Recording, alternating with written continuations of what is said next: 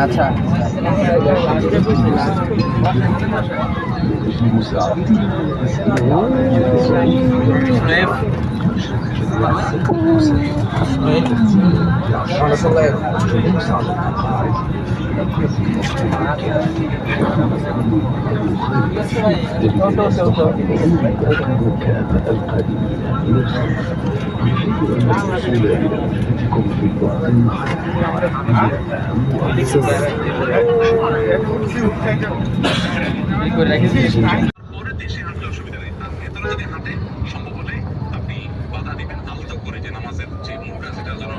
এত মানুষকে আট থেকে আট বাইরে দিন নাকি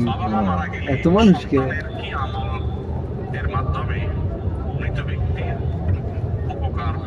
দুই নম্বর টার্মিনাল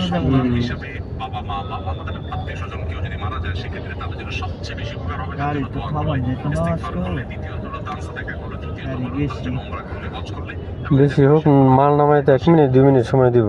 বামে বামে বামে আমি দেয়নি মারা